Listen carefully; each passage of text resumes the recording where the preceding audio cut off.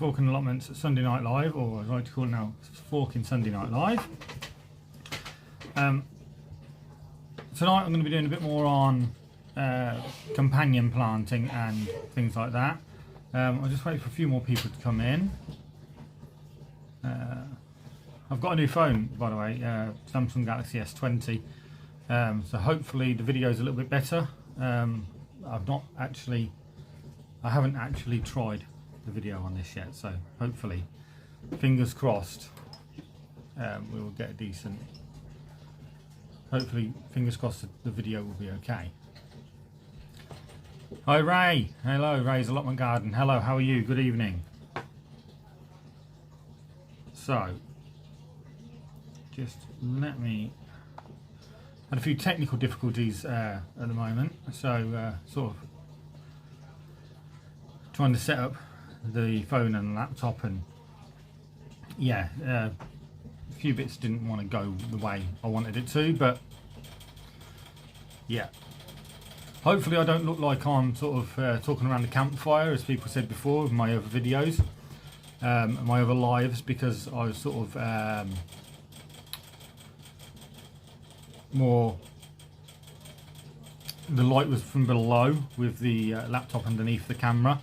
Now I have got the laptop underneath the camera, don't seem to be seeing so much shadow today, so hopefully that's going to be a good thing. Just trying to find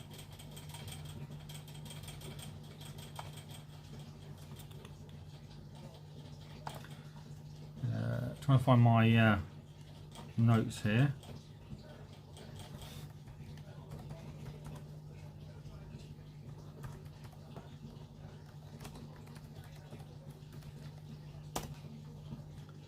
Right, I just want to get in and get onto my feed as well to make sure I'm onto my. Sorry guys, can't talk right either by the looks of it either. I'm just going to try and get onto my channel and check that everything looks like it's running okay. But yeah, as I say, going to be doing a bit more on companion planting today. But what I was going to say is, first of all, what I'll do is I'll do a quick introduction of what I'm going to be doing, what I've done this week. So this week, mostly we've been in obviously because of lockdown. But other than that, we've been down the allotment 3 days this week. We went Monday, Wednesday, and today, and done some bits of work down there. Done some digging, done some prepping on the bottom with the fruit area, and we got some plug plants which we got from my brother, which we put in today. So yeah, that's what's been going on with us. Other than that, not much really. There isn't much you can do at this time with all the restrictions that we're under, but you know, we'll find out what's happening soon. And hopefully, if people obey the rules, we'll be getting out of this soon. But I'm not going to get into that too much, because I know people have been getting told off on YouTube for mentioning the current situation, shall we say. So I'll leave that. I'll leave that there, and then we'll get on with what I was going to talk about, which was companion planting. I want to see if a few more people come in before I get really started, because I don't want to have to repeat myself. Right, here we go. Here's the file. Oh, this laptop is so slow, sorry. Need a new laptop.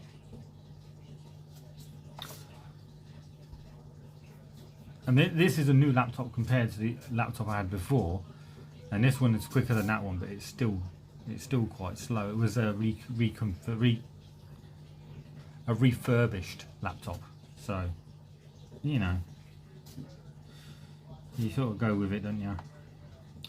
So what I was going to do was a little bit on companion planting. Now I did a quick overview on companion planting in the previous live, but I just wanted to go through a few bits why we would do companion planting. If people don't really know what companion planting is, just want to go through it again and just sort of give people an overview as to what it is and what it entails, basically. So, companion planting, basically, what we were doing is you'd plant different plants with other plants, which benefits each other, or one plant acts as a sacrificial, sort of a sacrificial lamb, basically, for the other plant. Whereas, what would I say? It's sort of like when you plant marigolds of anything. Pretty much anything you can plant marigolds with, and it will the marigolds will attract black fly and other insects, and also attracts beneficial insects like hoverflies and stuff like that. So then it would give you more of a adds to biodiversity in your garden. But other than that, the other reason to plant different plants with different sometimes you can plant different vegetables with different vegetables to actually aid the growth of other vegetables, or you can plant different vegetables together to improve flavour of other vegetables. I think there's one with tomatoes. You can plant something with tomatoes to improve the flavour of the tomatoes. As I say, if you were here before and you've gone through you've been here before and you've seen the previous video that I did on companion planting, or the previous live that I did on companion planting, then you'll obviously know a lot of what I'm going to say anyway. But yeah, I am back anyway. As I said, I wasn't 2 weeks. I was suffering with my depression, so I wasn't online much. And I wasn't doing much around the garden either.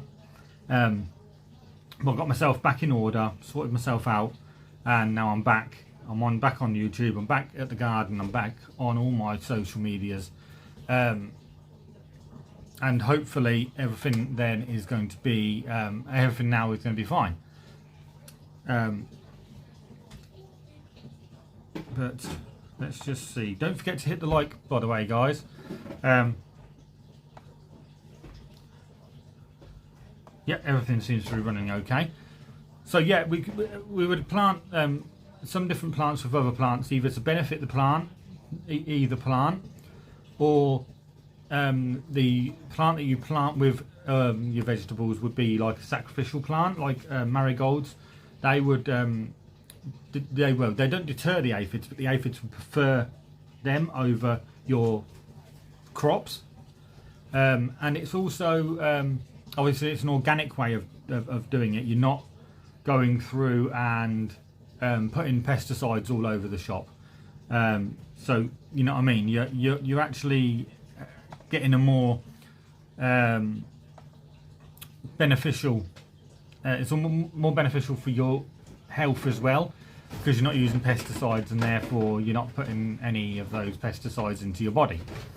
So it's actually it come along. I mean, I think it's been done for probably thousands of years, if not hundreds of years, if not thousands,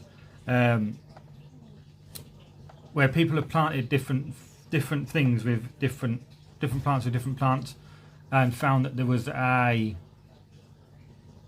benefit to either plant, one or the other, or that one acts as a sacrificial lamb for the rest of the other plants. So what I will do is I will just get to the beginning of my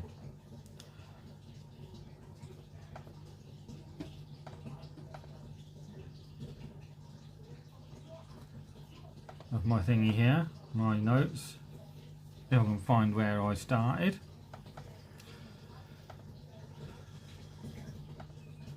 Right, so the first thing I was going to say was why would we plant with, why would we do companion planting? So,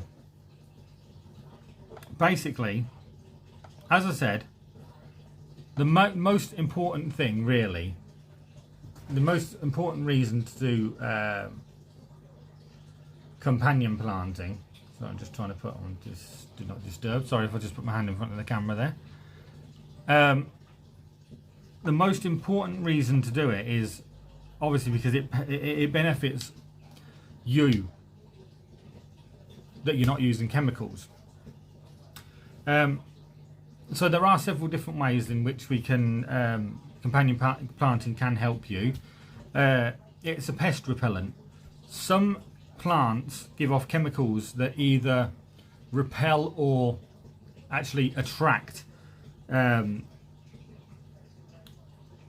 pests to them rather than to your crops. So the chemicals, either from their leaves, roots or the flowers, they will repel or suppress pests, or they will get the pests to go to them rather than to your crops. Some pests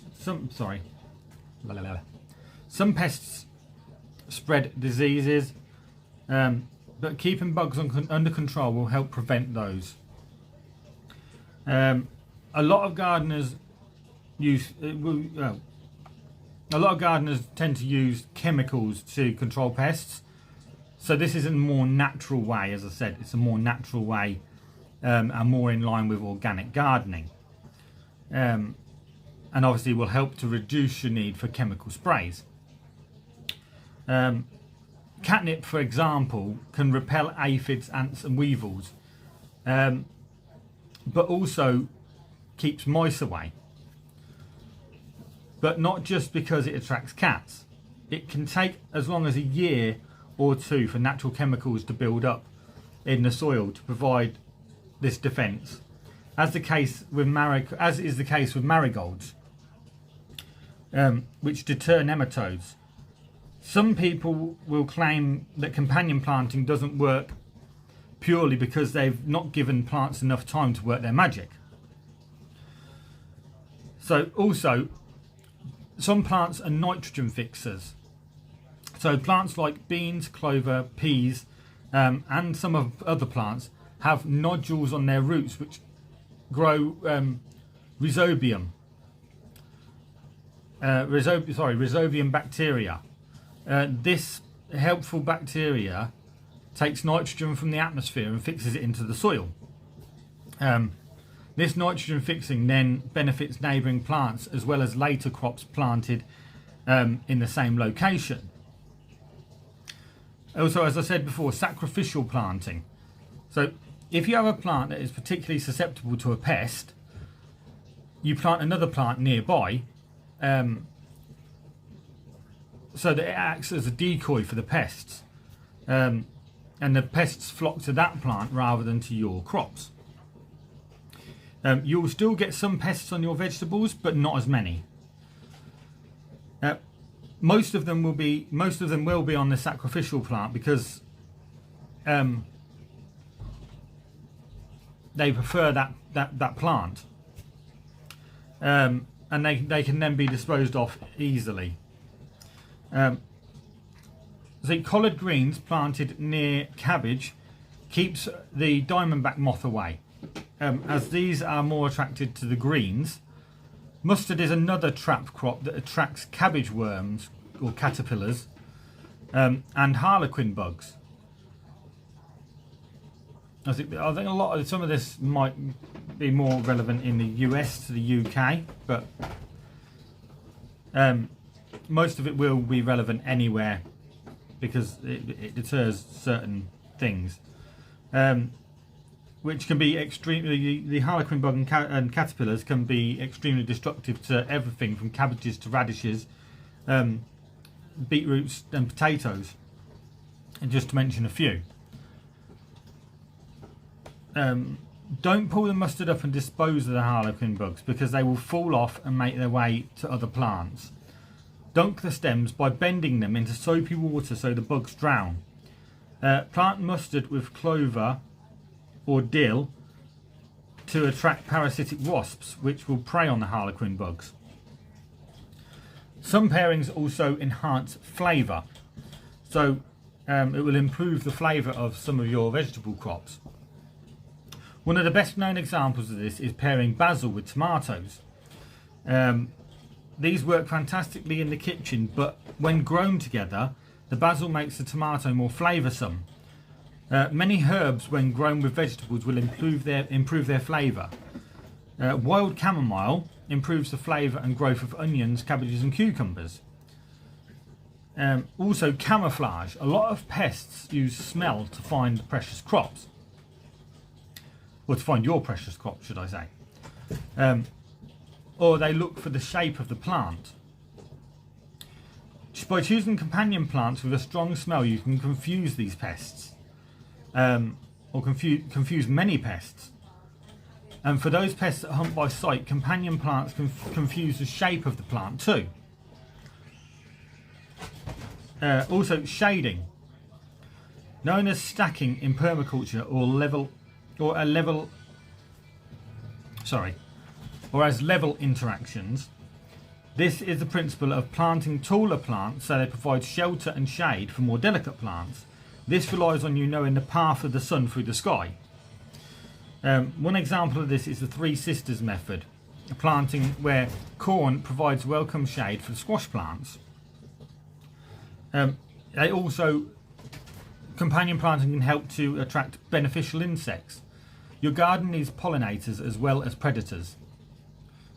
predators, such as hoverflies, spiders, parasitic wasps, predatory mites and ladybirds. Planting the right companion plants will attract insects which will keep the problem pests down and pollinate your vegetable plants. Creating the right environment for these beneficial insects will encourage them to spend their entire life cycle in your vegetable plot. This is more important than you may think because it's the larvae of many insects that devour problem pests, such as especially ladybirds. The larvae actually devour more aphids than the adult does. So it also will increase biodiversity, which I touched on slightly earlier. A good mix of plants creates a much more resilient ecosystem. Pests, adverse weather conditions and disease will not wipe out your entire crop, but instead just damage a portion of it. And even that can be minimised with the right planting. 50 VG, hello. So companion planting has a lot of benefits. It's something that many gardeners can benefit from. So I just want to try and just give you a bit of a idea as to what we can plant together to get the best results. As I mentioned, the Three Sisters method of growing corn, squash and beans together. This is thought to date back thousands of years, when humans first inhabited the Americas. In China, mosquito ferns have been used with rice crops to fix nitrogen for at least 1,000 years. As the organic culture became more popular in the late 60s and early 70s, companion planting also became popular as a natural method of gardening. For many home gardeners, reducing the requirement for chemicals can also be a good thing, and it benefits the environment and wildlife too. So companion planting is considered a traditional practice when growing fruit and vegetables on a smaller scale, typically used by backyard gardeners or allotmenteers. In the last 30 to 40 years though, it's developed as a practice used on larger scale operations also, which includes intercropping. So with a strong focus on scientific community on providing food production while promoting sustainable farming practices, companion planting is gaining ground as scientists conclude that what we've been saying for years, it works.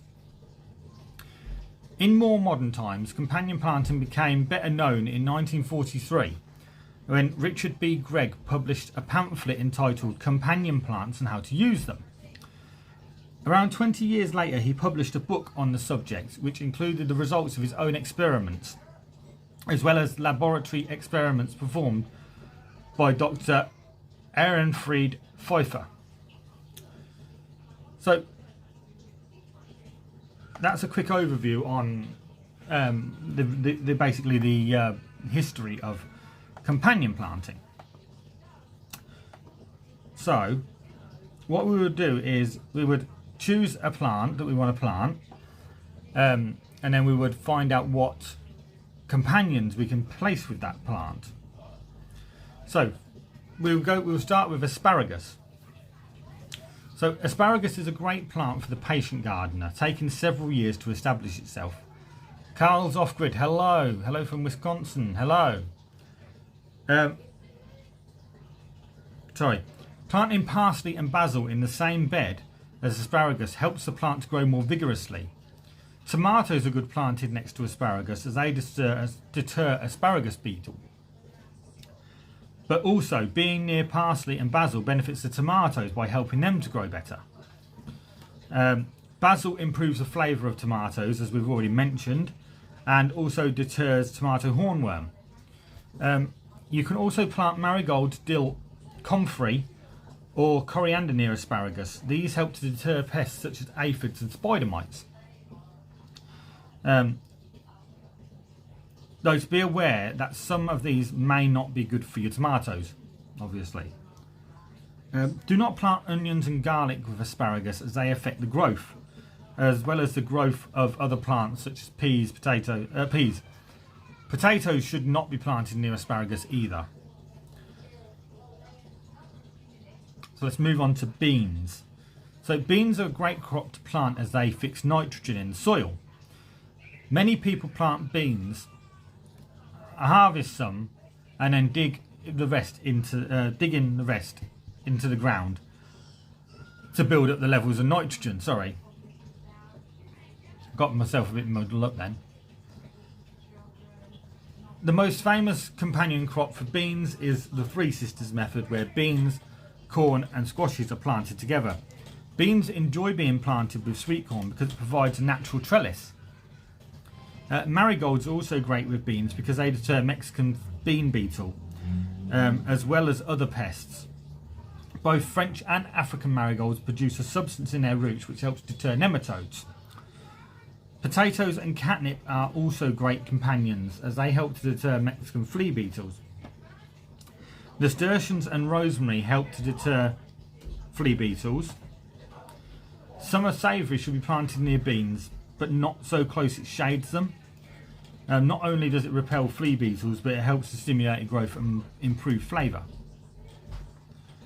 Cucumbers, radishes and aubergines are also good companions because they encourage strong growth.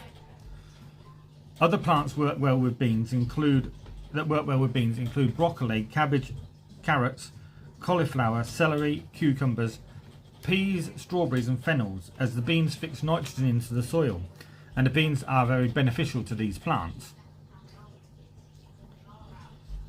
Do not plant beans near any member of the onion family, including leeks, onions, garlic or spring onions, as these inhibit the growth of the beans. Also avoid planting kohlrabi, fennel or basil near your beans for the same reason. Beans do not get on with sunflowers, even though they are tall and should technically provide a trellis for the beans. Avoid planting the two together. Bush and pole beans have almost the same companion plants. There is one exception, that is pole beans do not like being planted near beetroot. So going on to beetroot now. Sorry. So as you just learned, bush beans do not like being planted near beetroot. These are your bush beans such as soy or butter beans, but they make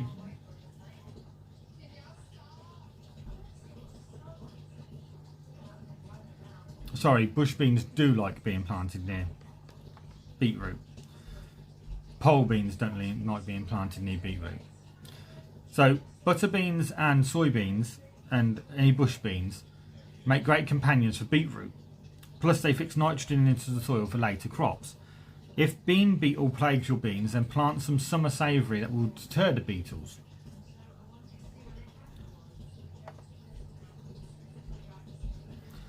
Beetroot grows well with certain members of the brassica family, such as broccoli, Brussels sprouts, cabbage, cauliflower, kale and kohlrabi.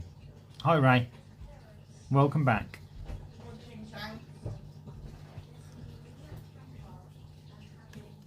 The beetroot puts minerals into the soil, and these brassicas appreciate that. Plus, beetroot leaves are very high in magnesium, so they make great compost for these companion plants. But garlic also makes for a very good companion for beetroot, warding off a variety of pests including root maggots, codling moths, snails and Japanese beetles. Garlic is higher in sulfur, which is a powerful antifungal agent that protects your beetroot from some diseases caused by fungal infections. As a companion plant, garlic improves the taste and flavour of beetroot. Mint is another great companion, but it is a highly invasive plant and should only be grown in pots. Mint will improve the growth of the beetroot, but also deters some pests such as aphids by attracting predators, and also deters flea beetles, fleas, and even rodents to a degree. So, I hope that's this is all helpful to everybody, and hopefully, if I just help one person to understand what companion planting is and how to do it and what plants to use with what, then I would be happy to know that somebody has benefited from this this live video. Please, guys, do let me know anything if you know of anything or you want to know anything in the comments, because, or in the chat, sorry, because I will I am reading the chat as I go along, and I can see the chat in front of me. So if you do need any assistance or you want to know about a certain plant that you may have missed before, then please do let me know, and I will go back and do a little bit of an overview on that plant. So broccoli doesn't like being planted with others.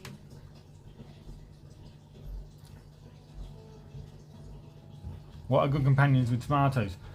I haven't gone through completely tomatoes, but what we did say was that one of the best known ones is to plant basil with tomatoes, as it improves the flavour of the tomatoes. But I will be going through tomatoes in a little while, when I get through to that. I'm going in alphabetical order more than anything at the moment, but I did just, in the overview, I did do a little bit on planting basil with tomatoes to improve flavour. So, broccoli doesn't like being planted with other members of the brassica family, as they compete for nutrients and leave the soil in poor condition. If you're planting a bed of brassicas, then make sure you feed them regularly to ensure the nutrient levels are kept to a sufficiently high level, because they will deplete that whole area of nutrients, and they will compete with each other for the nutrients in the soil. Broccoli is a very greedy plant, having a particularly high requirement for calcium. It should not be planted with other heavy feeding plants such as asparagus, sweet corn, melons or pumpkins. Broccoli is better paired with plants that are lighter feeders. Plant beetroot, nasturtiums, radish and similar crops with your slower growing broccoli to maximise your space. Broccoli does poorly when planted with members of the nightshade family, including tomatoes, aubergine. Carrots and tomatoes like each other a lot. Okay. I think I'm doing carrots in a minute. But yeah, they do.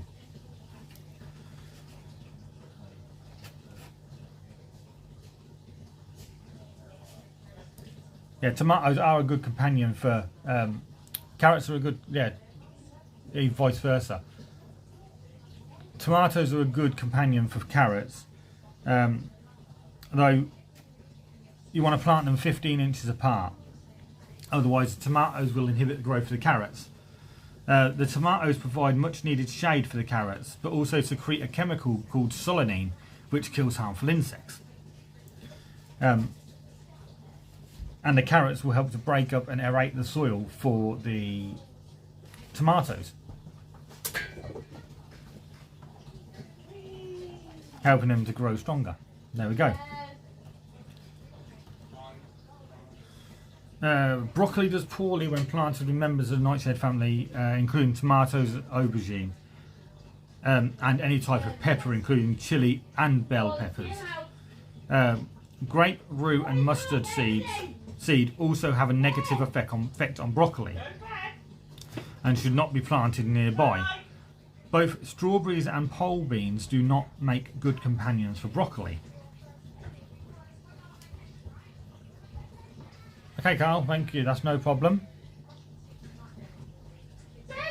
Carl said that's great information. He didn't know that.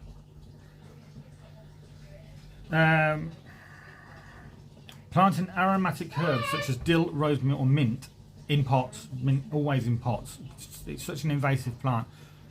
Never plant mint if you're not going to plant it in pots or contain it within some way. Mint is so invasive. It's probably worse than nettles for spreading. Sorry. Planting aromatic herbs. So planting aromatic herbs such as dill, rosemary, mint, garlic, thyme and basil near your broccoli will help to ward off a number of harmful pests. Other good plants include radishes, nasturtiums, marigolds, cucumber, lettuces, bush beans and shallots. None of these compete with broccoli for nutrients and will allow your main crop to pull all the calcium it needs from the soil. Brussels sprouts. As a member of the Brassica family, Brussels sprouts are susceptible to a wide variety of pests. They can be one of the most frustrating vegetables to grow because the sheer number of critters that love this plant. Anything from aphids to caterpillars to whitefly and more. And more pests also will see your Brussels sprouts as a tasty snack. It is one, like all members of the Brassica family, that benefit from being netted with a fine mesh net. Nasturtiums are a great companion because they repel squash bugs, some aphids, and the annoying whitefly. Basil also helps to repel both flies and mosquitoes, but also attracts bees. Garlic is a good companion when planted in between your Brussels sprouts, as it provides protection from aphids, Japanese beetles, and also blight. Like mint, remember to pot it. Garlic improves the growth of the plant. Marigolds are another great companion, repelling a wide variety of insects with their odour. Mustard is a great trap crop for several insects, though once the plant has been attacked and infected, it should be removed and destroyed. Brussels sprouts will get on with most plants, though it does not like the company of strawberries, pole beans or tomato plants.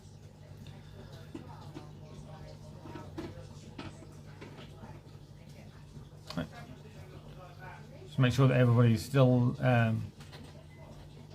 here and listening and enjoying this. So cabbage is another member of the Brassica family. A number of different pests bother cabbages like the previous vegetable. So like Brussels sprouts, cabbage is infected by pretty much the same pests. They benefit from being netted with a fine mesh to reduce infestations and prevent butterflies from laying their eggs on them. Planting sage and rosemary, both aromatic herbs, will put off cabbage moth. One of the main pests by their strong smell. Chamomile is another great companion because it improves the flavour of the cabbage. Plant the smelly culinary herbs in rows herbs in between rows of cabbages, and they will repel many pests plus help to keep weeds down.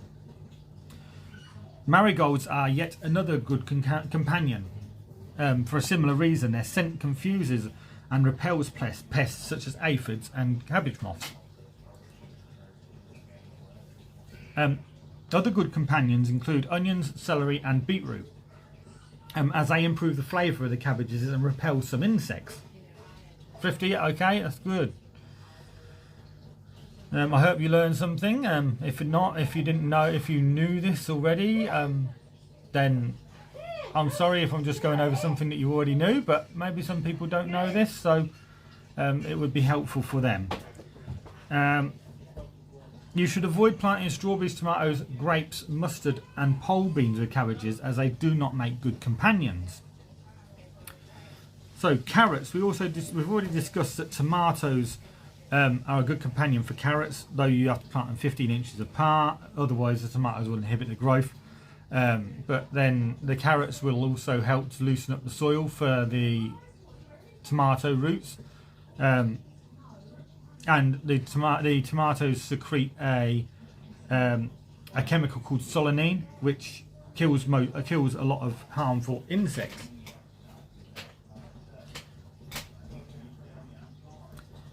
One of the main pests that attack carrots is carrot fly.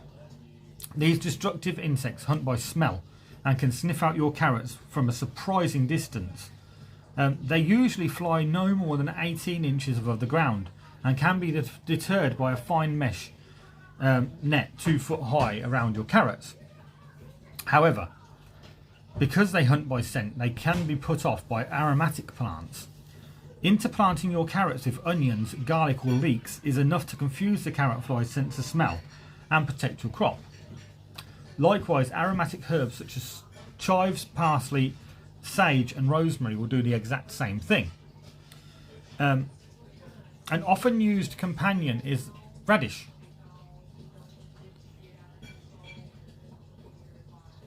Thrifty says, I don't know everything, don't ever claim to, need to learn new things every day. Yep, there you go, Thrifty. I don't claim to know everything, I just do a lot of research into certain subjects. Especially if I'm going to discuss them on a video, because I'd like to be able to discuss something in more detail, so that people can actually understand and get more information from my videos. Yeah, so often used companion is radish. They are usually planted in the same row as carrots. As the carrots grow very slow to germinate, the rapidly germinating radishes pop its head up above the soil quickly, giving a good indicator of where your carrots are. This is a simple visual indicator, means that you do not accidentally damage your carrots, thinking that they are weeds. The radishes mature and are harvested before the carrots are ready. Beans, both pole and bush, can make good companion when planted the year before, as they fix nitrogen into the soil. Now I have done a video on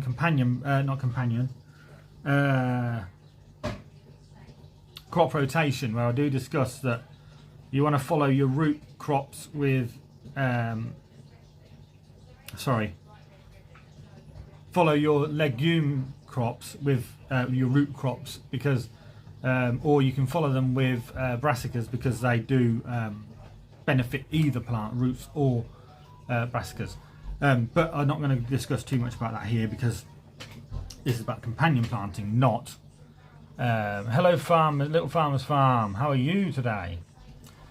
Yeah, I don't want to discuss too much about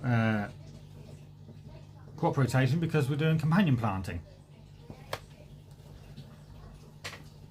Family Gardener, hey.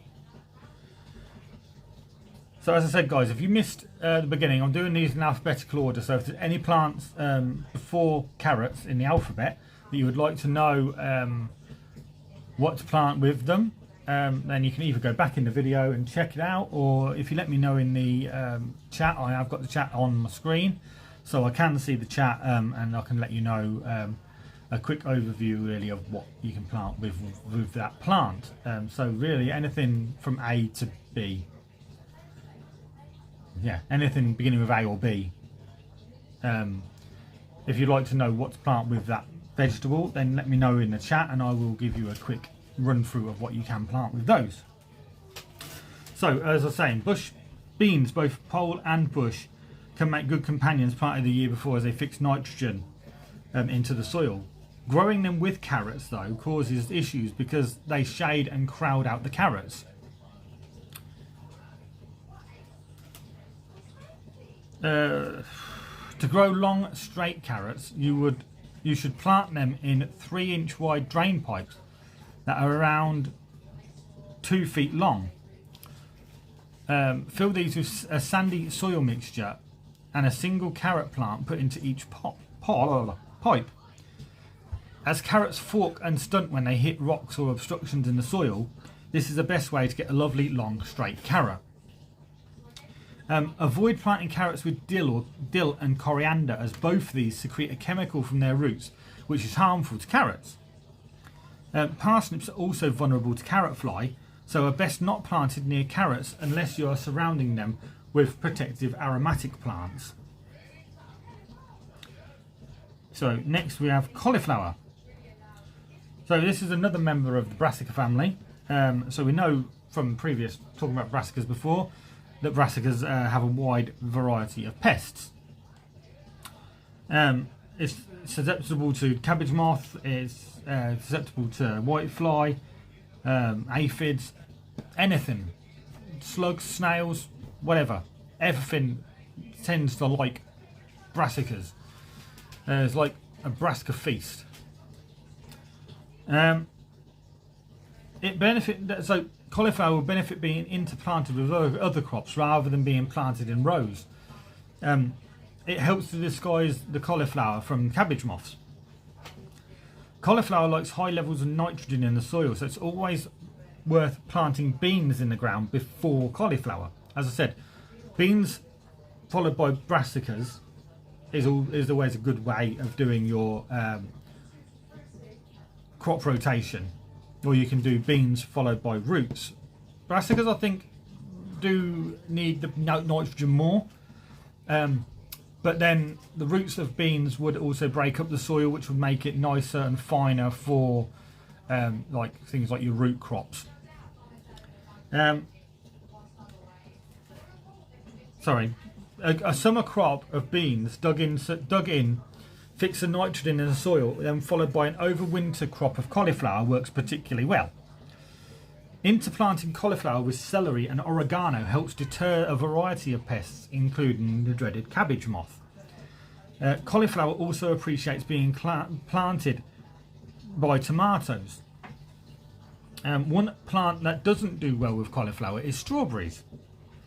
So avoid planting these together to ensure that you get the best from both plants.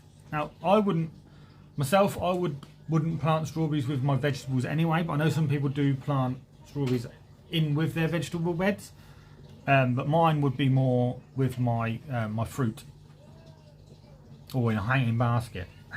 Sorry. So, celery next. So, celery is an interesting plant to grow and very, very nice in salads and stews. But careful not to plant too many, as it can be hard to use them all up.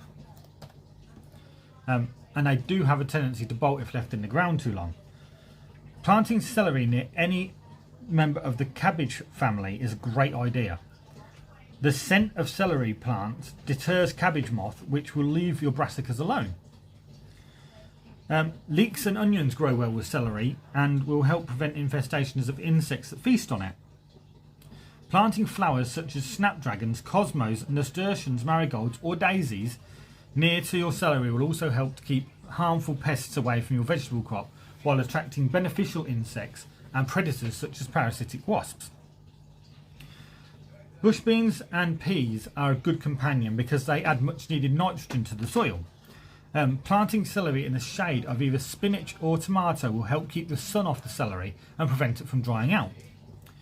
Avoid planting celery near corn or asters, as these will encourage harmful pests and disease. Also, avoid planting near potatoes or parsnips, because these will use up all the nutrients in the soil and encourage potentially harmful insects. So next we'll go on to corn, or sweet corn. Sorry, I hope you're all following and I'm not going too quickly here.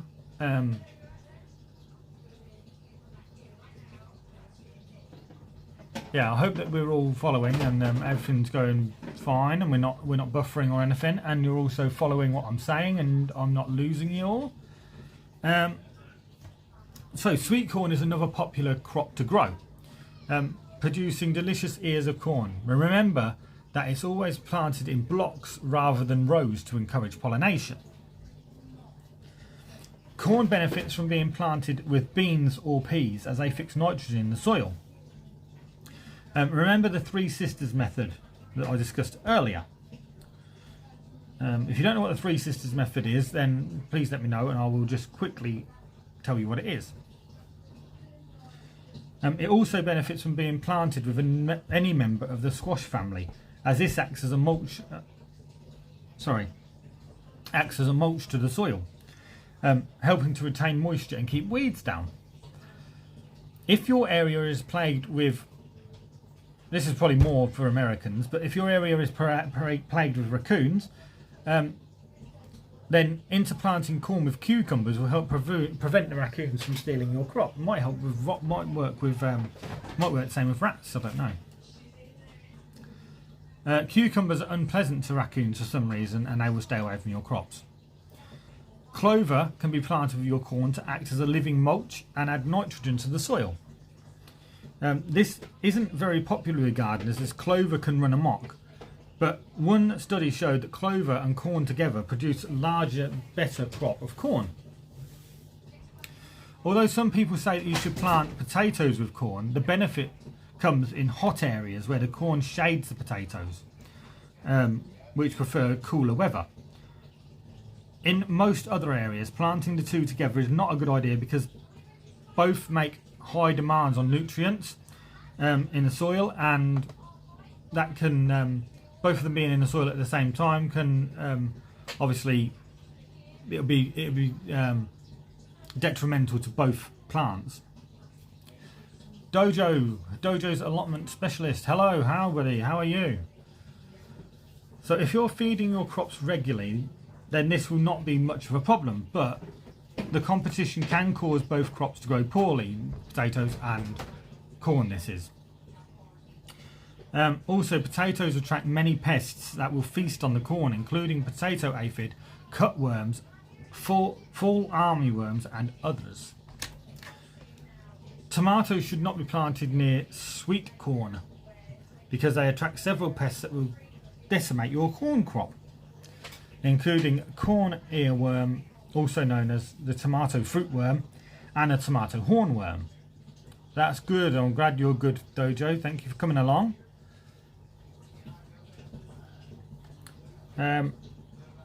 Now we'll move on to cucumbers. So, cucumbers are a popular crop to grow in a greenhouse or outside in warmer areas. It's also a very thirsty plant, so it does not like being planted near other plants that need a lot of water. Cucumbers grow well with corn, as you just found out, and will use the corn as a support while deterring raccoons. I'm guessing this is in America. Both marigolds and nasturtiums are good planted with cucumbers as they deter harmful pests. Nasturtiums are good at repelling beetles, marigolds are good at repelling beetles, while nasturtiums deter thrips and several other insects. Oregano also makes good companion.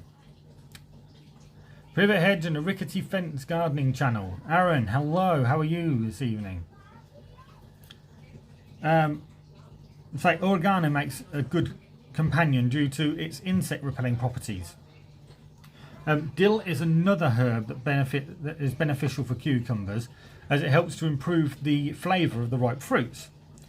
You can also plant lettuces, radishes and onions near cucumbers, as they will have a beneficial effect.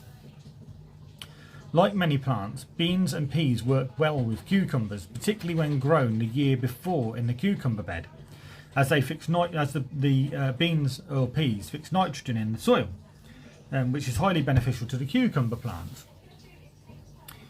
Potatoes should not be planted with cucumbers because they compete for nutrients and water.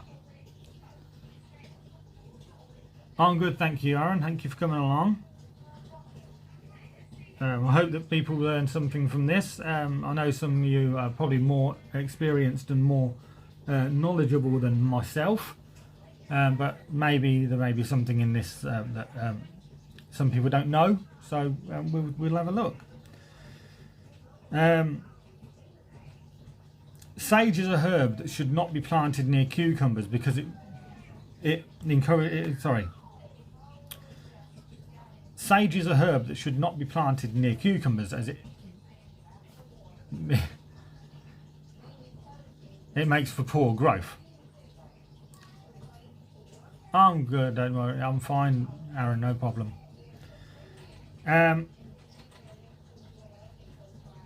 Also, planting tomatoes near to cucumbers is not a good idea because they do not grow well together. So now we'll go on to aubergines, which I would have done in A, but in my list they are under E because it's an American list, and even though I'm in the UK, the list that I got was in American. So eggplant.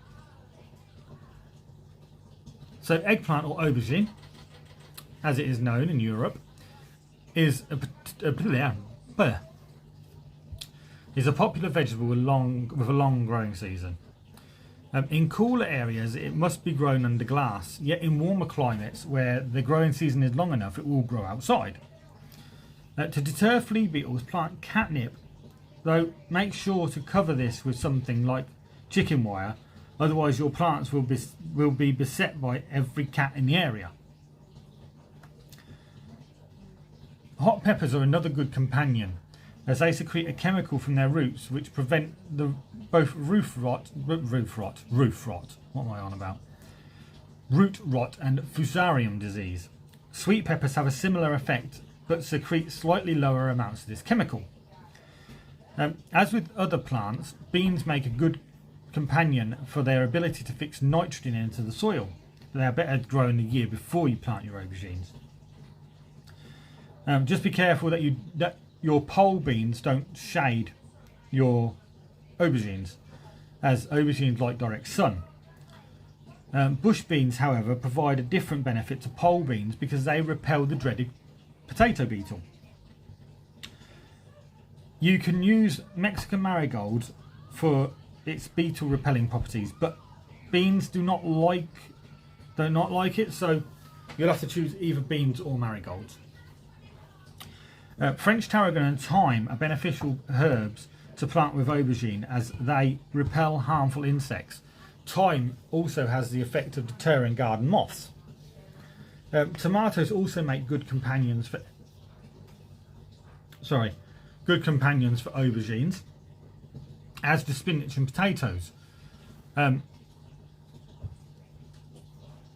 You can buy a grafted plant that produces both potatoes and aubergines. But be careful with tomatoes that they do not shade the aubergines, but allow the aubergines to shade spinach, which is another good companion. What's that? You'll put kettle on. You can make it. You know how to make it. Yes, you do. You can do it. You just need a little bit of milk. I'm using them sachets, so you'll be alright. Right, put the kettle on.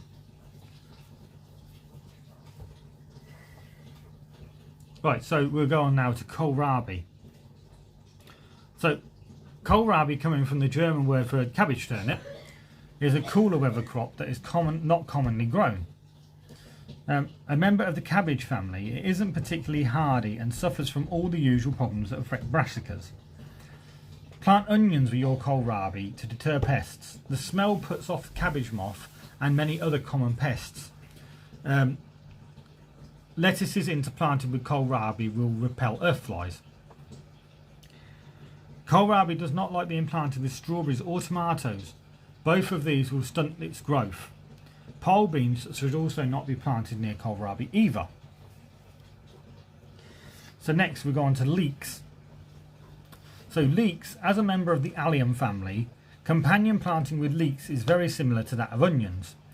Although leeks, onions and garlics will all grow well together in the same bed, you do need to be careful as this type of monoculture doesn't attract pests.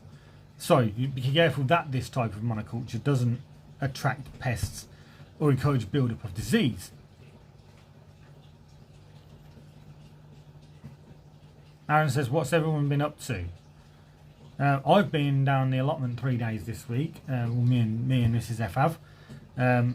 And we've been doing some digging. We've sorted out the fruit area at the bottom of the allotment. And we put some plug plants in that we got given by my brother. But where were we then? Other than that, we've been indoors really, apart from 1 day shopping every week. So leeks grow very well with strawberries, surprisingly. The smell of the leeks deters many pests which will feast on the strawberries. Leeks can also be grown near to apple trees, where they will grow well and repel pests from the apples. Interplanting leeks and carrots works extremely well. The odour of the leeks puts off carrot fly. But the onion fly, a common pest on leeks, is deterred by the carrots. There is also added benefits for both, as both break up the soil, which helps them both to grow. To protect leeks from pests, you can plant nasturtiums, marigold or poppies nearby. Family Gardener says he's been potting up pepper plants in his greenhouse. I've actually put 3 pepper plants into my greenhouse in the bed. In my greenhouse, 4 pepper plants, sorry. I've got 2 cayenne peppers, 2 cayenne chilies, 1 cayenne chili, and 1 Scotch bonnet chili.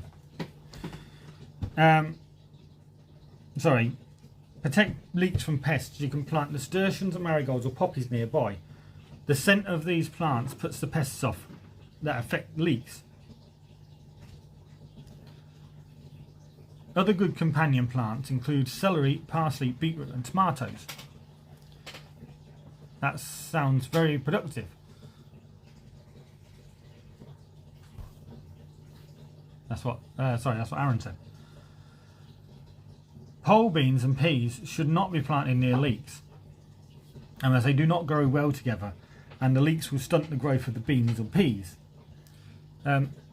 Leeks exude a compound called allione, agione. I'm not sure how that's pronounced. Which, although an antifungal agent, is not beneficial to either peas or beans. Next we'll move on to lettuces. So lettuce is a popular crop.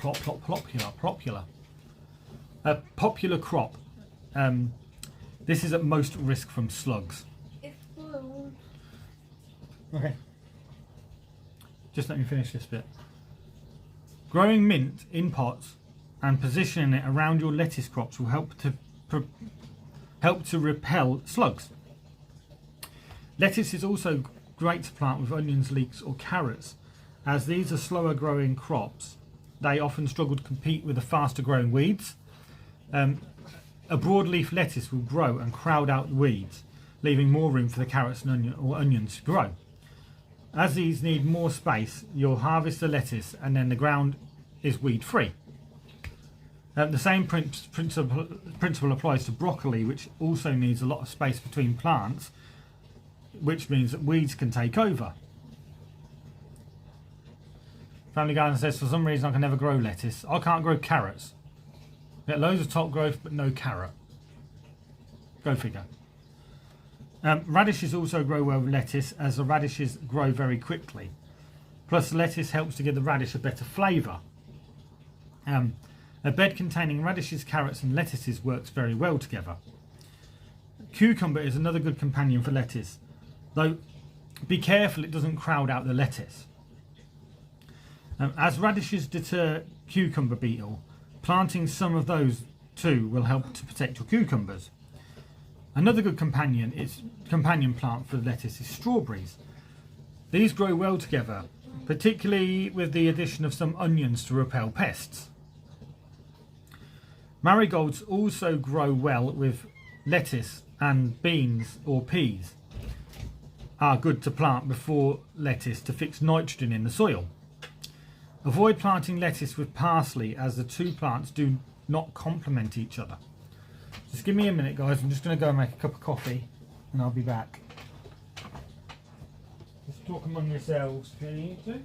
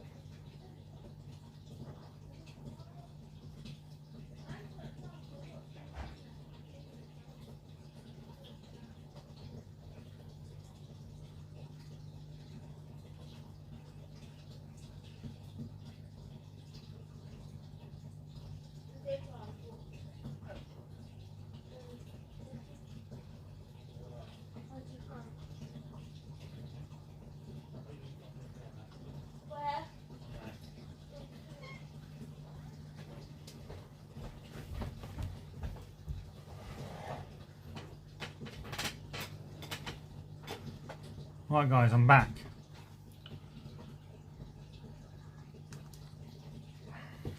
What have you been saying? What are you saying? So Aaron says I should imagine only a guess that chemicals that leeks extrude would fight the fungi that fix nitrogen into peas. I'm guessing so, yeah, probably Aaron, that's probably the reason. Any tips on growing lettuce? I don't know, I grew mine in the greenhouse over the winter. I got a decent crop out of them. I've never grown them outdoors yet. I'm going to try this year. Where are we? A good drainage is a member of the daisy family. Keeps it moist but don't let it sit in water. Oh, good drainage, sorry.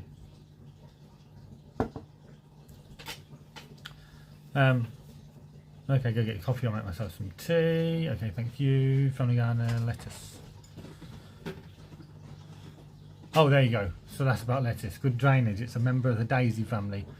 Keep it moist but don't let it sit in water. There you go. That's from Aaron. Aaron, you're expert on fruit trees, are you not? Is that right? Well, you do know a lot about fruit trees. So I'll get on with more now. Now we're on to onions. So this is a great crop to interplant with any member of the brassica family. Onions repel cabbage worms, cabbage loppers and cabbage maggots. The strong scent of onions puts off these pests and keeps your brassicas pest free. Onions are also planted with carrots for a similar reason. The scent puts off the carrot fly, which means you get a decent crop of carrots, but also the scent of the carrots can put off the onion fly, so it's beneficial for both plants. Other good companions for onion include lettuce, tomatoes, strawberries and peppers. This is because onions repel several other pests, including aphids, rabbits and Japanese beetles. Avoid planting beans, peas, asparagus and sage with your onions. These plants do not play well together with onions and hinder the growth. You should also avoid planting too many onions together. Onions are affected by the onion maggot, which travels from onion to onion. If your onions are scattered over your garden, then this maggot will not travel between your onions and will just damage one or two plants rather than decimate your entire crop. So there's a tip: don't plant all your onions together, like I've done.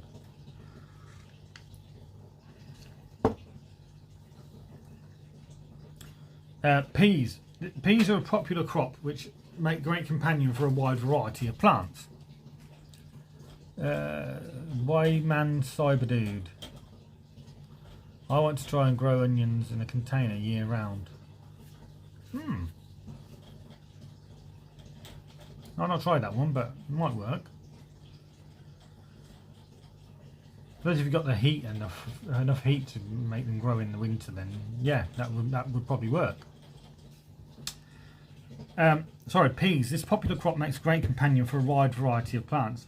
However, it doesn't grow well with any alliums, including shallots, garlic, chives and onions. Keep these away from your peas. You should also avoid planting peas near flower gladioli, as it will hinder the growth of your peas.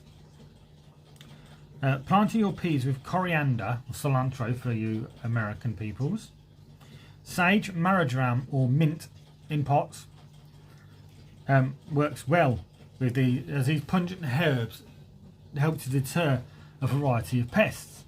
Marjoram will keep...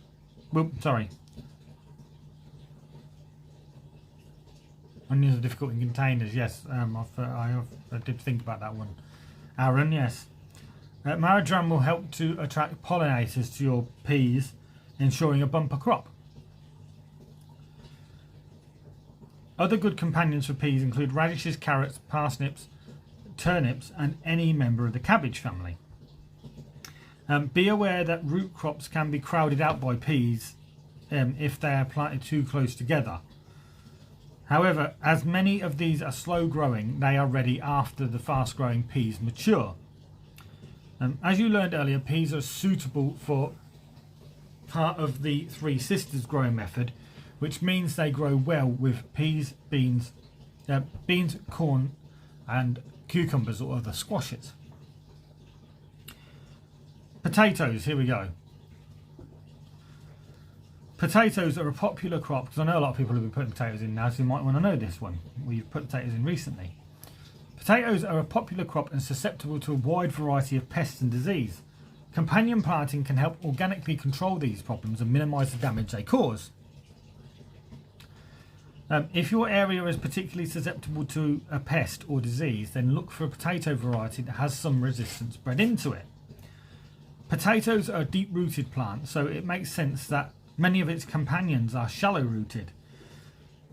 As many potatoes are late-season plants, early-season plants such as lettuce and spinach, or radish and spring onions, make great companion plants, being harvested before the potatoes mature and crowd them out. You can improve the flavour of your potatoes by growing basil, chamomile, parsley, thyme, and yarrow with it. These all have the additional advantage of attracting beneficial insects to your vegetable garden. Cabbage, corn and beans all help potatoes to grow and give the resulting crop a better flavour. To increase the resistance to disease, plant horseradish near your tomato. Sorry, I have a habit of potato-tomato. To increase the resistance to disease, plant horseradish near your potatoes. As potatoes are very susceptible to potato beetle, plant tansy catnip. Remember to net it to prevent visits from your nearby cats. And cilantro around your potatoes. The beetle dislikes these plants and will be repelled. Do not plant potatoes anywhere near members of the nightshade family, including peppers, tomatoes and aubergines or eggplants. As potatoes themselves are a member of this family, planting with other members nearby will increase the risks of pests and disease.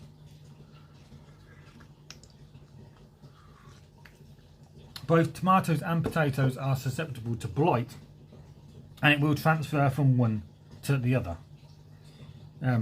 So keep these crops well separated to prevent the transmission of blight.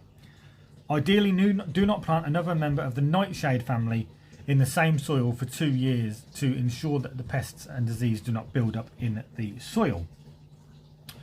There are a few other plants you should not plant near potatoes as they increase the risk of blight, including raspberries, squashes, cucumbers, pumpkins and sunflowers. Asparagus, turnips, fennel and onions should not be planted with potatoes as they stunt their growth. Dean's lost the plot. Hey, hey, hey! How are you today? Flowers that make good companions for potatoes include petunias, marigolds and nasturtiums.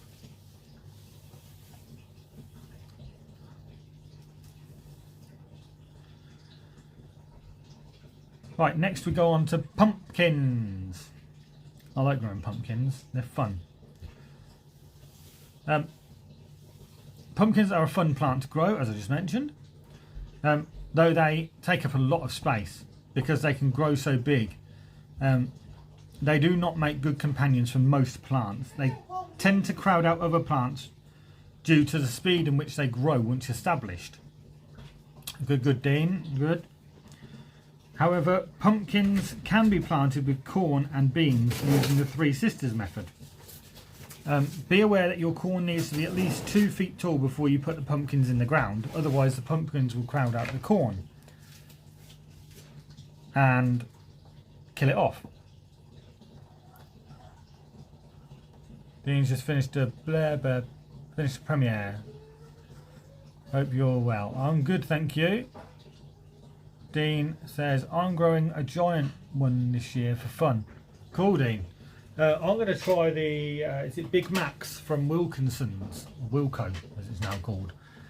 I've seen a few other YouTube allotmenteers, UK allotmenteers on YouTube use these Big Macs pumpkins to get decent sized pumpkins. In the Three Sisters method, the pumpkin is the last plant to go in the ground because of its speedy growth. Do not plant pumpkins near potatoes as they will increase the risk of potato blight. Spinach. Oops. Spinach is a great crop where you can harvest the young leaves as and when you need them for salad. They appreciate some shade, so you can plant them in the shadow of taller plants such as peas or beans. Spinach can also be planted with lettuce and strawberries, which both encourage healthy growth. The main problem that you will encounter with spinach is slugs and snails. These can be prevented by either growing a sacrificial crop, growing mint, or scattering torn mint leaves, or using any other methods of control, such as using... I've heard of people using eggshells, crushed up seashells. What was the other one? Diatomaceous earth. That's supposed to repel slugs. Salt. Can't think what the other one was. Copper. Like anything made of copper. Like if you've got a pot, put like one of them, you get a copper tape that you can put around the top, like a copper barrier. Squashes, including courgettes or zucchinis for you American guys, have the same companion plants as pumpkins, but will do well under fruit trees and with strawberries. They are most famous as part of the Three Sisters growing method. 50VG says, crush up eggshells and put them around your garden. It will keep the snails and the shells at slugs and snails and slugs at bay for a while. You have to redo this every once in a while. Yeah, especially after rain. Same with the diatomaceous earth method. You have to replenish that after a while. And also you have to be a bit careful if you're going to be putting salt on your garden, because you don't want to salt. Bramble sticks as a barrier work well too, says Family Gardener.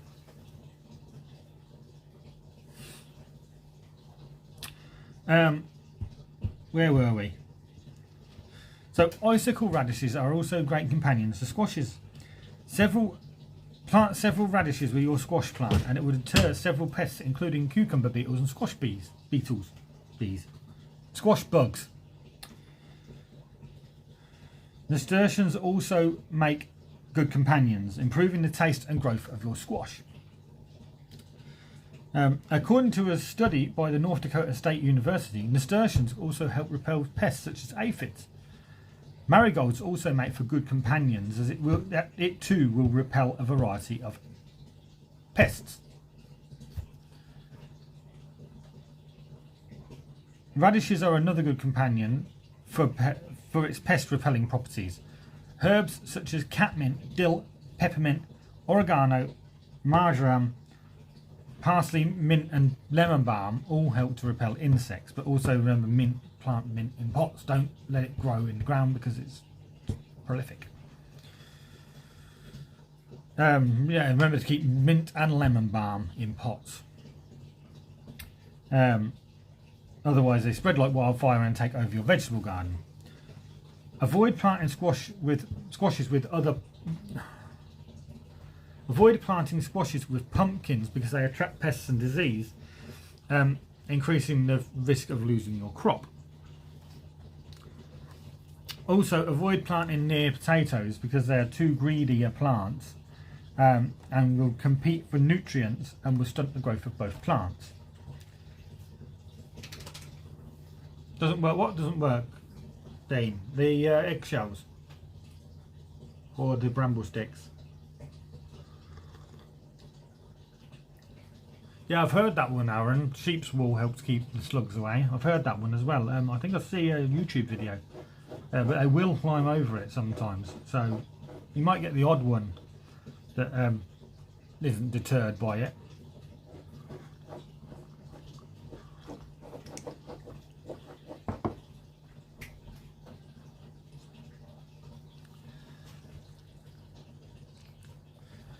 So we're on to strawberries now. So strawberries, yeah, eggshells. I've heard that one doesn't work, Dean. And I have seen that it's not. Some people have had a success with it. Some people haven't. Same, yeah, copper tape. Some people have had success with it. Some people say they haven't had any success with it. It depends, I think, on best. Beer traps are the best thing. Yes, Dean. Beer traps. That's the one I forgot. I was trying to think of what it was. I knew there was one that I forgot about. It was beer traps.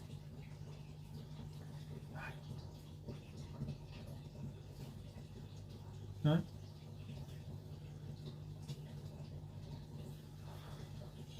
Watch that.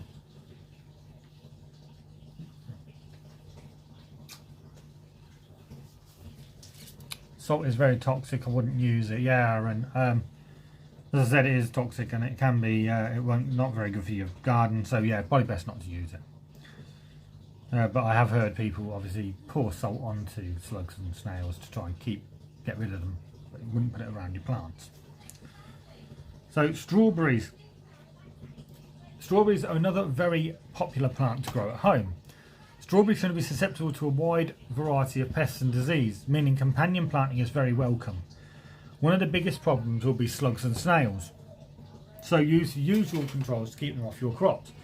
They also benefit from being netted as birds are rather partial to the fresh fruit and would decimate your crop given half a chance.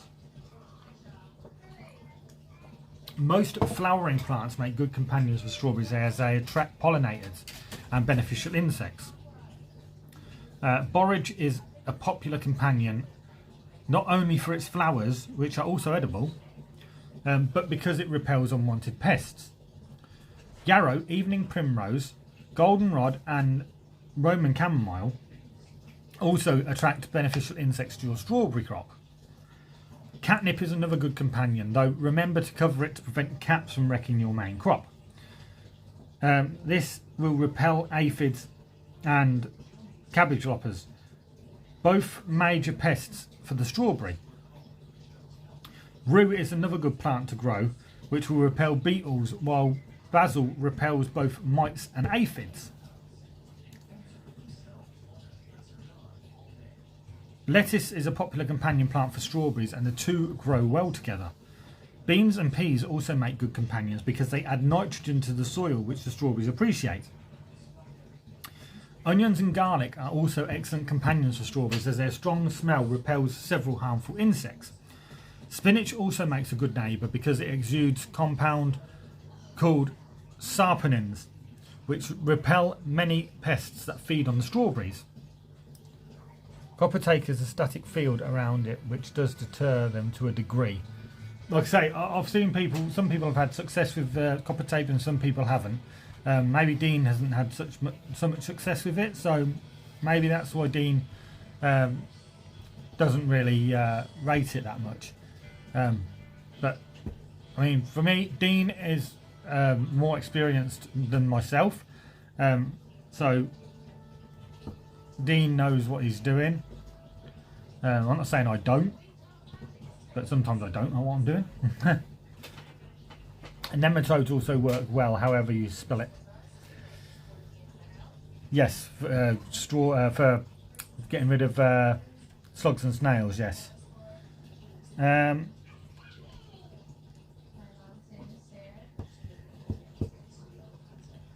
Yeah, spinach exudes saponins, which get rid of a lot of the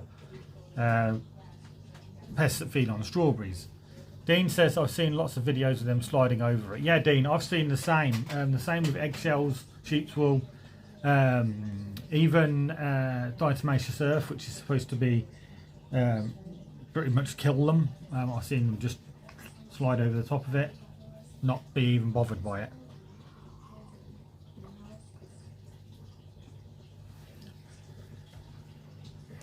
Strawberries can be planted with blueberries and cranberries. All three plants like slightly acidic soil. Plus the strawberries will act as a mulch for the shrub berries, keeping weeds down and helping to retain moisture. Dean says, I'd say 100% beer traps to deter them, or the old-fashioned nighttime picking with a torch.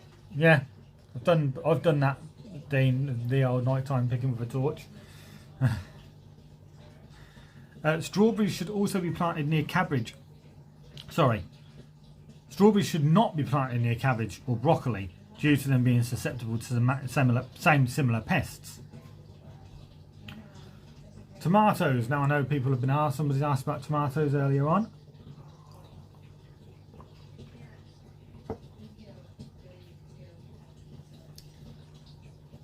Right, got to fly. See you later. Okay, Dean, see you later on. Thank you for coming along.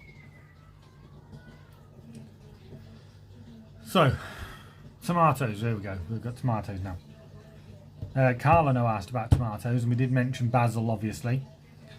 One of the most popular crops to grow at home, tomatoes are one of the most frustrating due to the sheer number of pests and disease that can affect them. Being such a commonly grown crop, there's a lot of knowledge about companion planting relating to tomato plants. Basil is one of the best companion plants for tomatoes. This herb is delicious when served with tomatoes. Not only does it improve the health of the plant and the taste of the fruit, but it also repels numerous insects, including whiteflies. Whiteflies, spider mites, aphids and hornworms. For best results, plant 3 basil plants for each tomato bush about 10 inches away. Planting them in a pattern so the basil plant serves multiple tomato plants. Borage is another great herb to plant with tomatoes. It improves both the flavour of the fruit and the health of the plant, but also repels hornworm and cabbage worm. Planting chives near tomatoes will help repel aphids while attracting pollinating insects. Garlic also repels spider mites, and many people will bury garlic cloves around their tomato plants to repel insects. French marigolds are often planted with tomatoes as they deter nematodes, slugs, tomato worm and several other pests. For best results, these need to be grown for a couple of years to build up protection in the soil.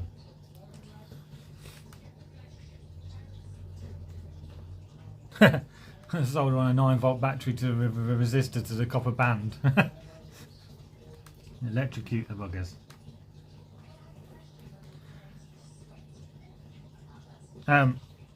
Yeah, growing for a couple of seasons to build up protection in the soil. At the end of the growing season, turn spent marigolds into the soil and let them break down naturally to enhance their nematode repellent properties. Mint also makes good companion, but ensure it's grown in containers because it can take over your garden. Mint will deter a number of pests, including rodents, fleas, aphids, flea beetles, ants, and white cabbage moths. Aaron says blueberries love very acidic soil, pH between 4.5 and 5, very acidic. Yes, well, Aaron knows a lot about fruit, so if you need to know anything about fruit, guys, ask Aaron or a Privet Hedge and a Rickety Fence gardening channel. He knows a lot about fruit. I don't know much about fruit myself. I'm in my first year of growing fruit, so I'm just learning at the moment what fruit, how to grow fruit and stuff like that. So if you do need to know anything about fruit, don't ask me, ask Aaron. Nasturtiums are worth planting with your tomatoes as they will deter whiteflies, aphids, beetles, squash bugs and ward off fungal infections. One particularly beneficial herb is parsley, purely because it attracts hoverflies, which are a beneficial predator. Tomatoes and asparagus make for excellent companions because the asparagus repels nematodes and tomatoes return the compliment by repelling asparagus beetle. What fruits are you growing? What fruits am I growing? Apples, apples, blackcurrants and cherries at the moment. Depends if I can get some maturer trees. Hi there, Brian. Hello, how are you today? You're late in today. Carrots work well when planted with tomatoes because they help break up the soil, which tomatoes appreciate. Also, in many cases, the carrots will be ready to harvest before the tomatoes. Before the tomatoes are grown large enough to crowd them out. Likewise, spinach makes an excellent companion as it's ready to harvest before the tomatoes grow too large. You should avoid planting any member of the cabbage family near tomatoes. These do not make good companions and will inhibit the growth of your tomatoes. Corn is another crop to avoid planting near tomatoes as they share several common pests such as the tomato fruit worm and corn earworm. Fennel should also be avoided because it inhibits the growth of the tomatoes. Potatoes should not be planted near tomatoes as they both suffer from blight and it will transfer from one crop to another. There are blight resistant varieties of both potatoes and tomatoes, although this doesn't mean that they are immune. If you do suffer from blight, destroy all infected plant material and pick up all leaf debris from the soil to reduce the risk of blight the following year. Also, don't plant any nightshade family in the same bed 2 years in a row.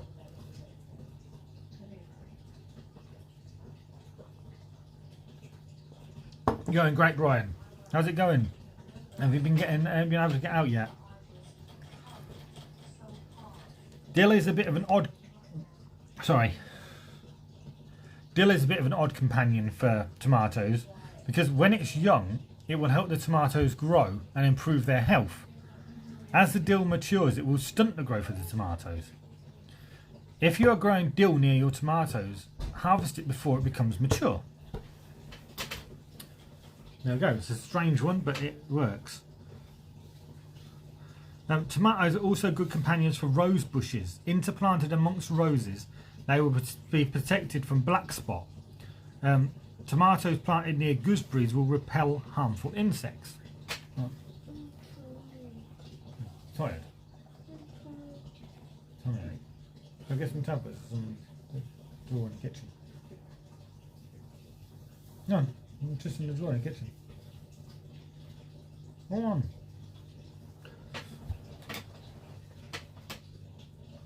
Nice one, Brian. I'll back in a sec, guys.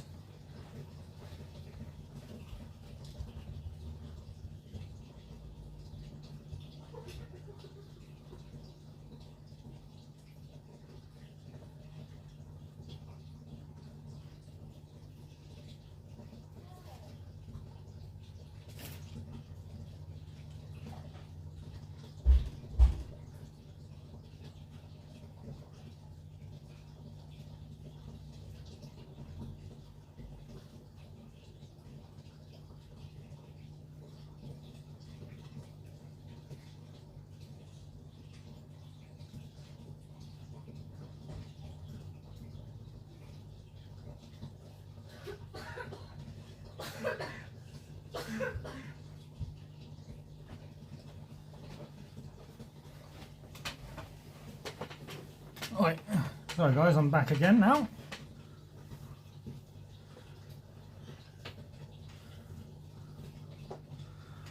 Aaron says check out Russ's video on winter fruit tree growing on Conversation Shed.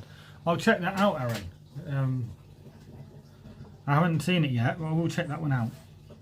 Right, so now we're on to turnips, or in America, and probably some other places, rutabaga.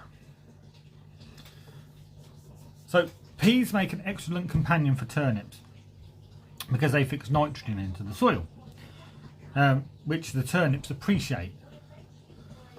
Brian says, daughter bought me a packet of seeds I have to try this year. Giant strawberries. Anyone know anything about these seeds? I've never seen them before, Brian, no. Cabbages and turnips make for excellent companions because the turnips repel many pests that will feast on cabbages. Turnips are also known to repel aphids and so make good companion crop for any plant that suffers from aphid infestations. Root vegetables, potatoes, radishes and mustard do not make good companions for turnips as they compete for nutrients. Now we're going to courgettes or zucchinis. This is, I say, alphabetical. They don't make for alphabetical, so zucchini is an American list, so zucchini or courgette. Radishes make an excellent companion for zucchinis because they repel several harmful pests including cucumber beetles, squash bugs and aphids. Interplant the radishes with your courgette plant and sow throughout the growing season. Interplanting garlic with your courgettes will also help to repel aphids.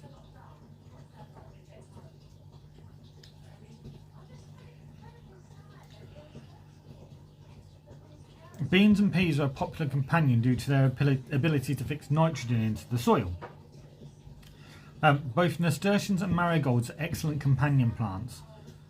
The former acts as a sacrificial crop, attracting aphids and flea beetles away from your precious vegetables. The marigolds repel a wide variety of pests with their aroma, the aroma they produce. Of course, both plants flower profusely, which means they attract pollinators which benefit your courgette plants.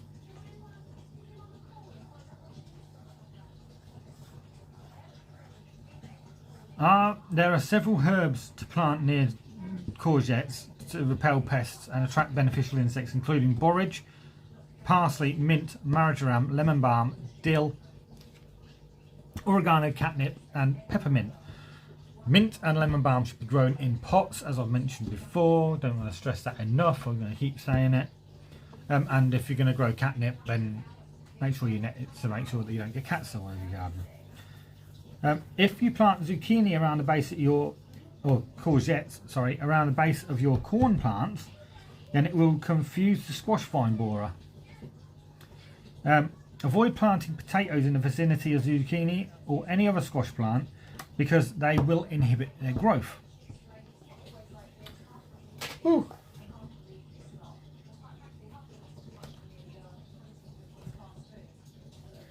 So that's everything around what fruit vegetables to grow with, what to grow with vegetables, and what plant flowers to grow with vegetables. I've also got a list here of a few flowers which we've mentioned before, but we'll go through why they are beneficial. So here's some of the most popular and best companion flowers. So Calendula. Brian says, grow sweet peas with climbing beans. They smell great and bring in pollinators. There we go. Good idea. There's some information there from Brian. That is a good idea because it's pollination. Pollinators brings the pollinators in, and it can also help to, obviously, those pollinators then could be could feast on any pests. So, sorry, Calendula, also known as pot marigolds. These differ from other types of marigolds. This is an easy to grow plant and will flower throughout the year, particularly if you remove the seed heads. The seeds can be easily dried and stored for the following year. Calendula are a member of the daisy family and are an edible flower, though this is somewhat bitter. It has a very bright orange colour. This helps the plant to repel pests such as tomato hornworm and the asparagus beetle, but will attract aphids. It's very helpful as a trap crop, planted on one side of the garden to attract aphids away from your vegetable crops. Now we'll go on to marigolds. Marigolds, these are very commonly found in your vegetable garden, as they attract insects and are a superb companion plant. Many serious vegetable producers grow large amounts of marigolds every year because they are so useful as companions. Marigolds grow in pretty much any soil and are available in a wide variety of colours, though most commonly seen with yellow blooms. The French marigolds are very popular because it produces a chemical that deters nematodes, though it can take several years for this to build up to a suitable level in your soil. At the end of the growing season, leave the roots in the soil and just turn the foliage under the soil where it will break down. Marigolds are a great companion plant for a wide variety of vegetables, in particularly for melons, where they help deter nematodes. If you plant marigolds around your vegetable garden, they will deter rabbits. Planting marigolds with your bean plants will deter Mexican bean beetles. They are also known to repel thrips, whiteflies, tomato hornworm and squash bugs, making them ideal companion for many vegetable plants. The colours orange and yellow are great for attracting predators. Yes, Brian, that's a very good idea, good information there. Anything orange or yellow will bring in predators like hoverflies and stuff like that, bees, wasps, anything similar. So chamomile and daisies. These plants are very good at attracting a wide variety of beneficial insects, including hoverflies and predatory wasps. Chamomile is great to grow because the leaves make a popular herbal tea. An alternative use for chamomile tea is as a spray to prevent damping off a fungal disease on seedlings. Chamomile stores magnesium, potassium and calcium, so it can be dug into the soil at the end of the growing season to build up these micronutrients in the ground. As chamomile is best kept clipped to prevent it becoming leggy, the clippings can be spread around the base of any plant to give it a boost. The scent of chamomile is also known to deter mosquitoes. Comfrey. Now,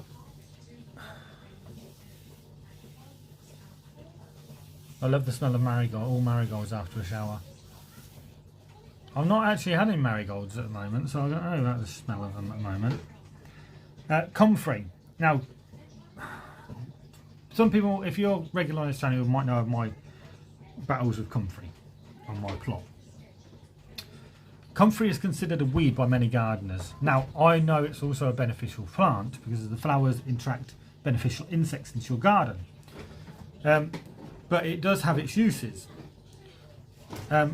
Be aware that it has long, deep roots and that are very brittle and will grow back from even the smallest piece of root. Believe me, I left a piece in that was probably about that big, and it grew back to a flourishing, great big plant.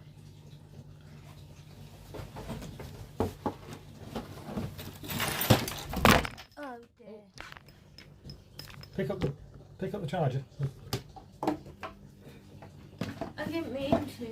It was an accident. Right. Oh. Right. Sorry guys, you went for a Burton there. Mrs F knocked the charger off the table. No worries, we're back. Don't climb on the table. I want to sit on the table. No, sit on the chair. It's worth having a small comfrey bed in the garden. Yes, Brian, because the leaves are really good. You can use them in potato beds or anything like that. Grow them around the bottom of, put them around, actually wrap them around your seed potatoes even, and then put them into the potato bed and grow them that way. Or just line the bottom of your potato bed with, or any beds really, with comfrey, and it's really brilliant for the compost heap and everything. So they'll grow back from even the smallest. It was just an accident, yes.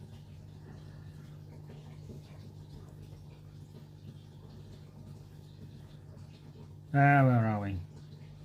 It will grow back from even the smallest piece of root. If you are growing comfrey, then you should grow it in containers because it's so invasive. Bees absolutely love comfrey, and it's full of flowers in the summertime and the bees will flock to this plant. The leaves make an excellent mulch for your plants that are full of nutrients. The leaves are also used to make compost tea that is very nutritious for your plants. But it stinks. But it stinks. Pretty much like any compost tea. Nettle, comfrey, anything. You can just put the leaves straight into compost tea. Nasturtiums. These are lovely flowers that produce a bright display every summer.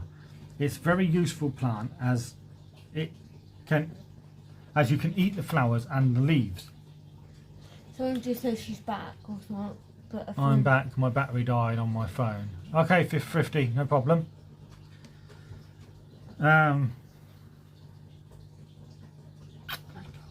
You can eat the leaves and flowers, which can have a slightly peppery taste to the seeds. When pickled, they become capers, which are an expensive delicacy.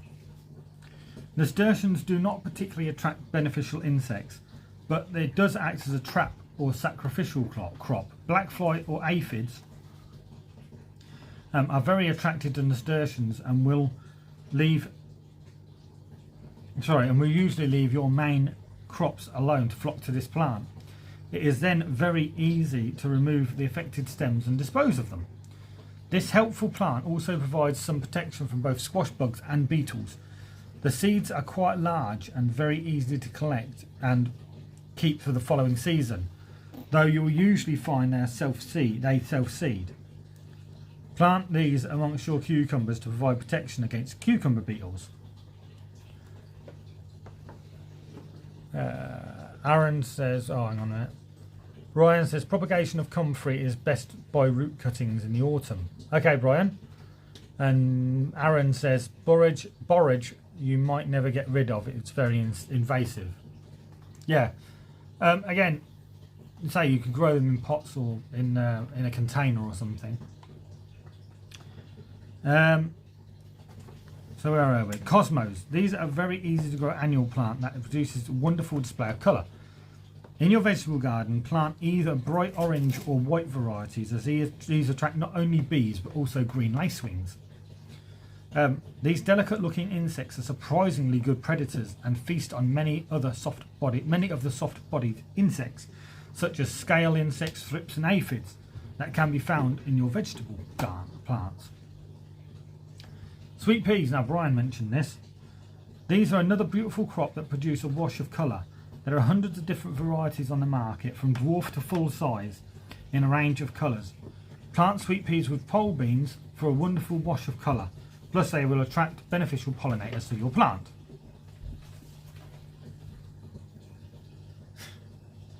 He's got a piece of paper in his mouth and he's running around. Stupid rabbit.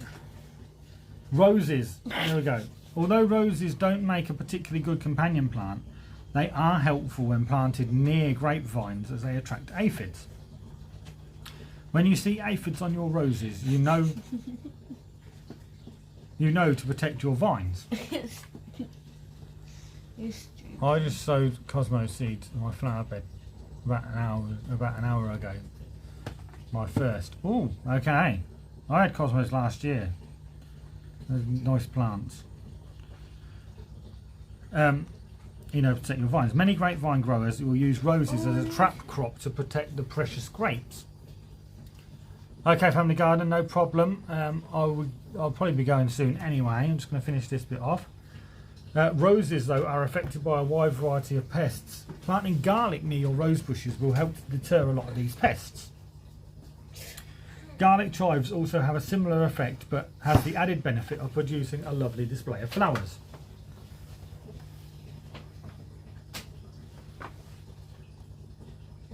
So we also have green manures. Green manures are known to also help us with getting rid of family gardeners going to have some supper. I know, I've just seen that.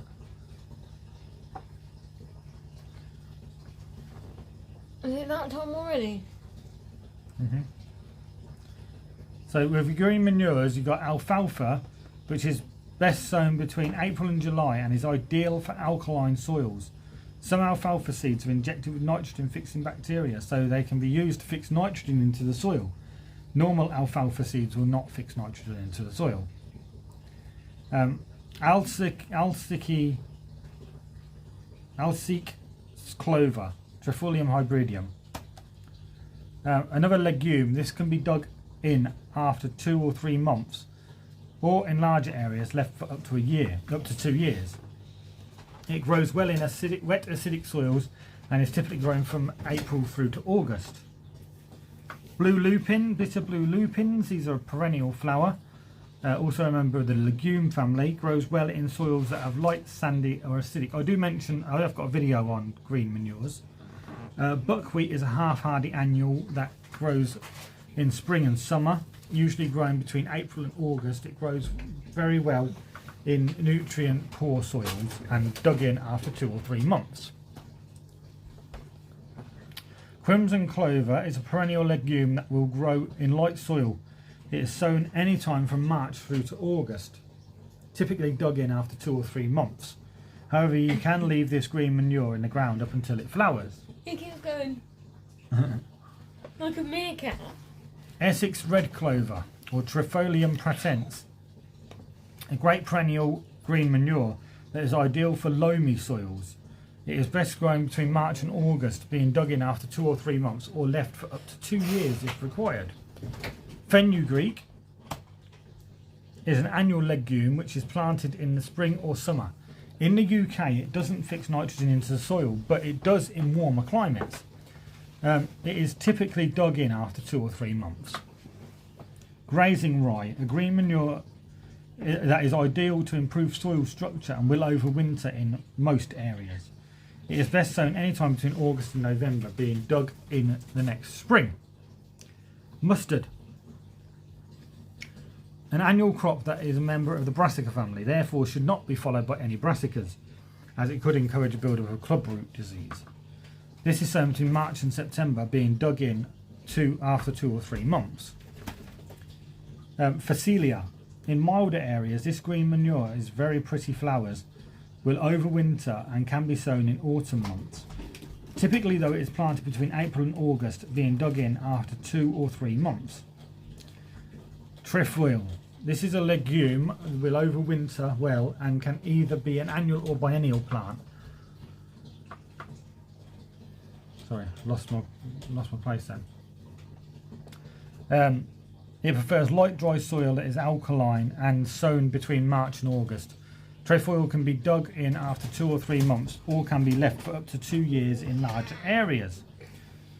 Then you've got winter field beans. These are good for heavy soils. Sown between September and November and can be dug in any time from 2 months after sowing up until it flowers. And winter tares. Hardy legume that will overwinter well, even in heavy soil. Sown any time from March to August, it can be dug in after 2 to 3 months. For overwintering, sow between July and September. There we go. So I've also got bits about companion planting with herbs and stuff like that, but I'll do separate videos for each of these, and then you can see sort of what we're going to be going around and what we're looking at, different plants to plant with different things.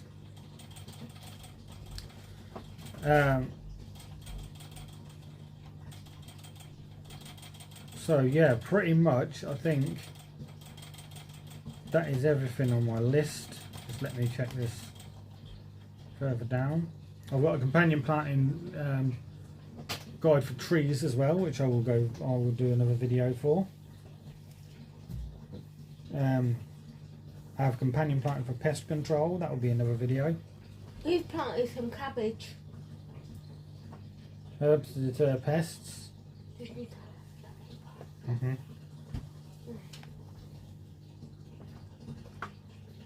And I planted some peppers. Yes.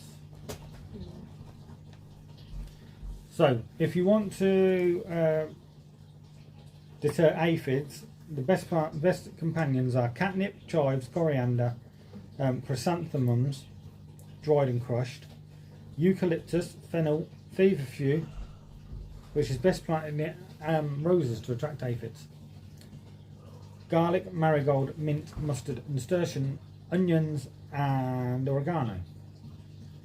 Trying to see what else we might, main things that we might. Cabbage moths. Best things to plant with them are hyssop, mint, oregano, rosemary, sage, summer savoury, tansy, and thyme. Carrot fly. To keep away carrot fly. Any member of the onion family, alliums. Lettuce, rosemary, sage, tobacco. Though be aware this is illegal to grow in some areas. And wormwood. What? What else would be to keep flies away? Basil, rose, and tansy. What? Keep mice away. Tansy and wormwood.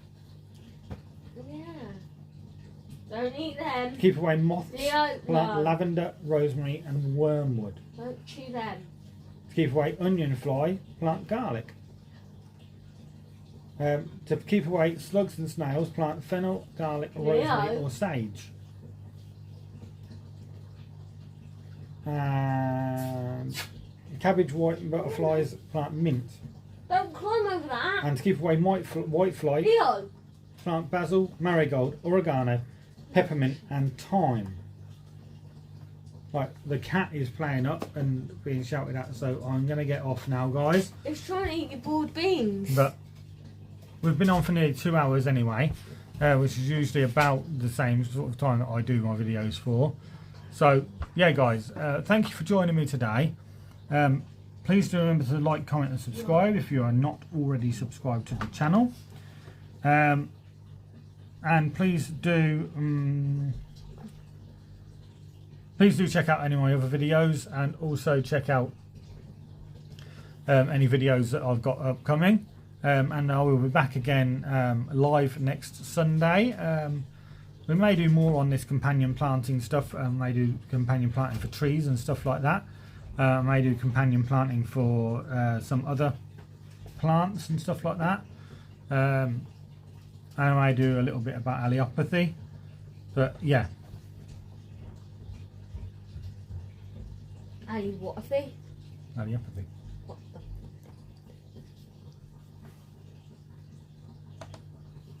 Allopathy is best described as a chemical welfare between plants. Brilliant. Why don't you just say that and speak English? But yeah, okay, guys. Thank you. Stay safe. Stay indoors if you don't need to go out. And please do keep your hands washed and clean, and keep hand sanitizer on you at all times. And yeah, thank you for coming along.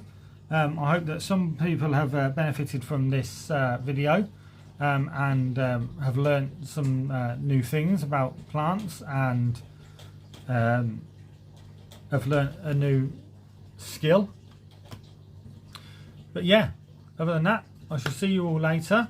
Thank you for coming along, and as always, stay safe and stay happy. See you all, and bye bye.